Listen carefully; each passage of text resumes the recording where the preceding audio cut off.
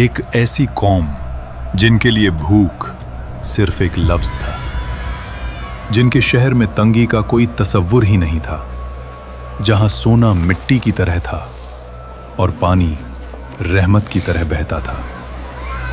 फिर सोचिए, सिर्फ एक छोटा सा चूहा और मारीब का अजीम बंद अपनी लिखी हुई तकदीर से जा मिला। ना फौज का हमला, ना ज़लज़ला, ना आसमानी बिजली, बस अल्लाह का एक हुक्म और एक रात, और दुनिया की सबसे अमीर सल्तनत जमीन के नीचे दफन। ये वो वाकया है जिसका जिक्र अल्लाह ने खुद कुरान में किया। ये है कौमे सबा, जन्नत से जहन्नम तक का सफर। और यकीन मानिए, जो आगे आने वाला है वो आपको अंदर तक हिला देगा।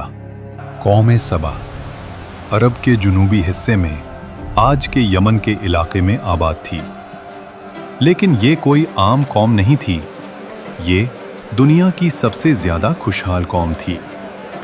इनकी जमीन जरखेज थी, हवा नरम थी और बारिश बिल्कुल मीजान के साथ होती थी। मगर इनकी असल ताकत, इनका सबसे बड़ा राज मरीब का अजीम बंद। ये डैम इतना अजीम था कि इसके जरिए दोनों जानीब फैले हुए बागों को पानी मिलता था। फल इतने ज्यादा कि मुसाफिर जब वहां से गुजरता तो भूख का एहसास ही नहीं होता। कुरान इस मंजर को खुद बयान करता है। सबा के लिए उनके रहने की जगह पर एक निशानी थी, दाएं और बाएं दो बाग। और फिर अल्लाह फरमाता है, अपने रब का रिज़्क खाओ और उसका शुक्र अदा करो। यह सिर्फ दौलत नहीं थी, यह अल्लाह की रहमत का निजाम था। इस महीने मछलियों का शिकार बहुत अच्छा हुआ है। हमारी तिजारत हर महीने बेहतर हो रही है। शहर साफ, निजाम मुनज़्ज़म, लोग अमन में। कुरान ने इस शहर को कहा पाक शहर और बख्शने वाला रब। ये थी जमीन पर जन्नत। इसी कौम की सबसे मशहूर हुक्मरान रानी बिल्कीस।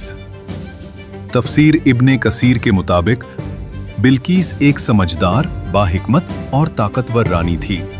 उसका तख्त अजीम था, उसका निजाम मजबूत और उसकी सल्तनत दूर दूर तक मशहूर। यहाँ तक कि उसका जिक्र अल्लाह के नबी हजरत सुलेमान अलैहिस्सलाम तक जा पहुँचा। हजरत सुलेमान अलैहिस्सलाम, वो नबी जिन्हें अल्लाह ने ऐसी ताकत दी जो किसी और को नहीं मिली।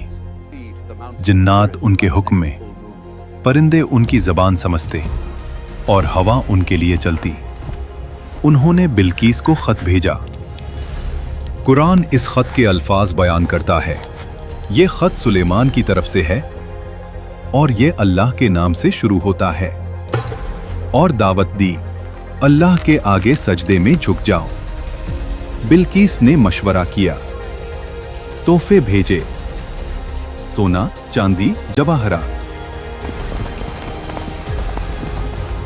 मगर सुलेमान अलैहिस्सलाम ने सब वापस कर दिया और फरमाया, जो अल्लाह ने मुझे अता किया है वो तुम्हारी दौलत से कहीं बेहतर है। यहां बिल्किस समझ गई कि ये कोई आम बादशाह नहीं, ये अल्लाह का नबी है। फिर वो खुद सुलेमान अलैहिस्सलाम के पास आई और जब शीशे के महल में दाखिल हुई तो पानी समझकर अपना लिबास उठाया। तब हकीकत खुली।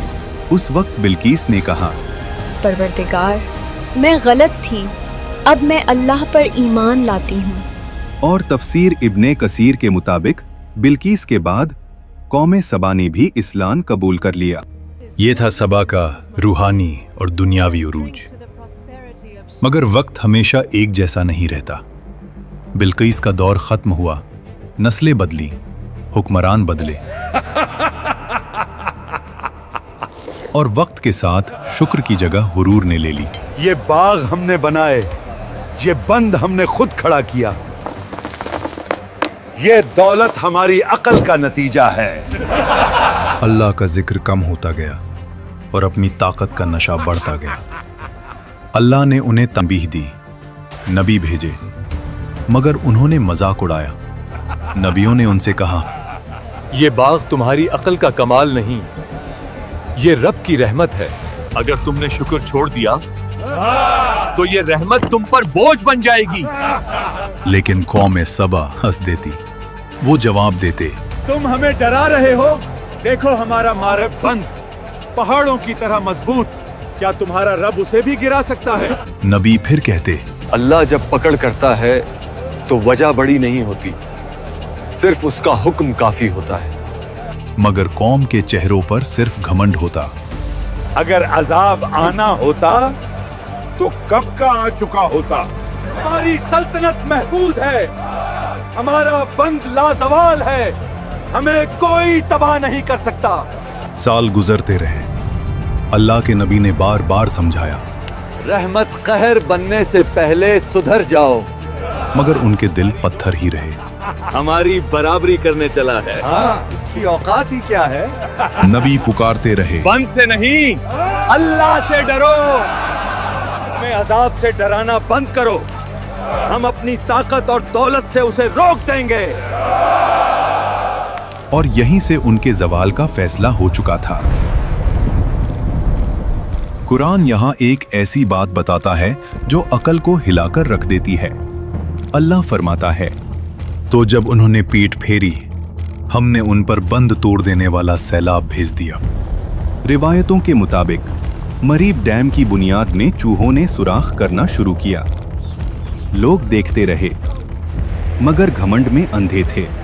ये बंद हमारी ताकत की निशानी है, ये चूहे इसका कुछ नहीं बिगाड़ सकते। फिर वो रात आई, लोग सो रहे थे, शहर खामोश था और मरीब डैम आखिरी सांस ले रहा था। पहले एक आवाज आई, फिर दूसरी, और अचानक बंद टूट गया।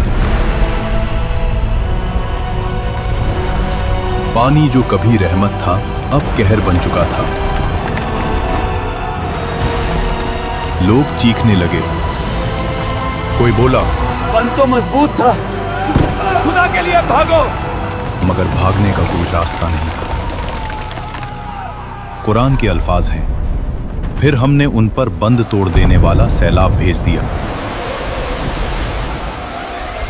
नबी की आवाज गूंजती रही, ये वही है जिससे तुम इनकार करते रहे। या अल्लाह, हमें बचा ले, हमसे गलती हो गई, मेरी मदद करो।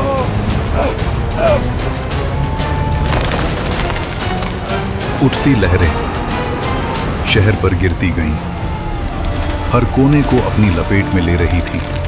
घर, बाग और बाजार सब एक साथ डूब गए। लोग चीख रहे थे, सिर्फ अपनी जान बचाने की कोशिश में। कुछ गिर रहे थे, कुछ लहरों में घुल रहे थे, और हर शोर सिर्फ कहर में घुल गया। आखिर में एक ऊंची लहर उन सबको हमेशा हमेशा के लिए खामोश कर गई।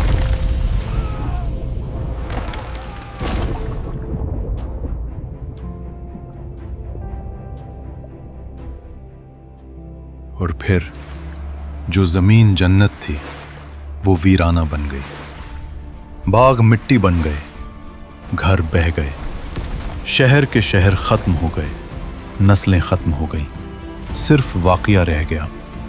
अल्लाह फरमाता है, उनके बागों के बदले कांटेदार झाड़ियां लगा दी गईं। ये सजा क्यों थी? कुरान खुद जवाब देता है, ये सजा इसलिए थी कि उन्होंने न शुक्री की।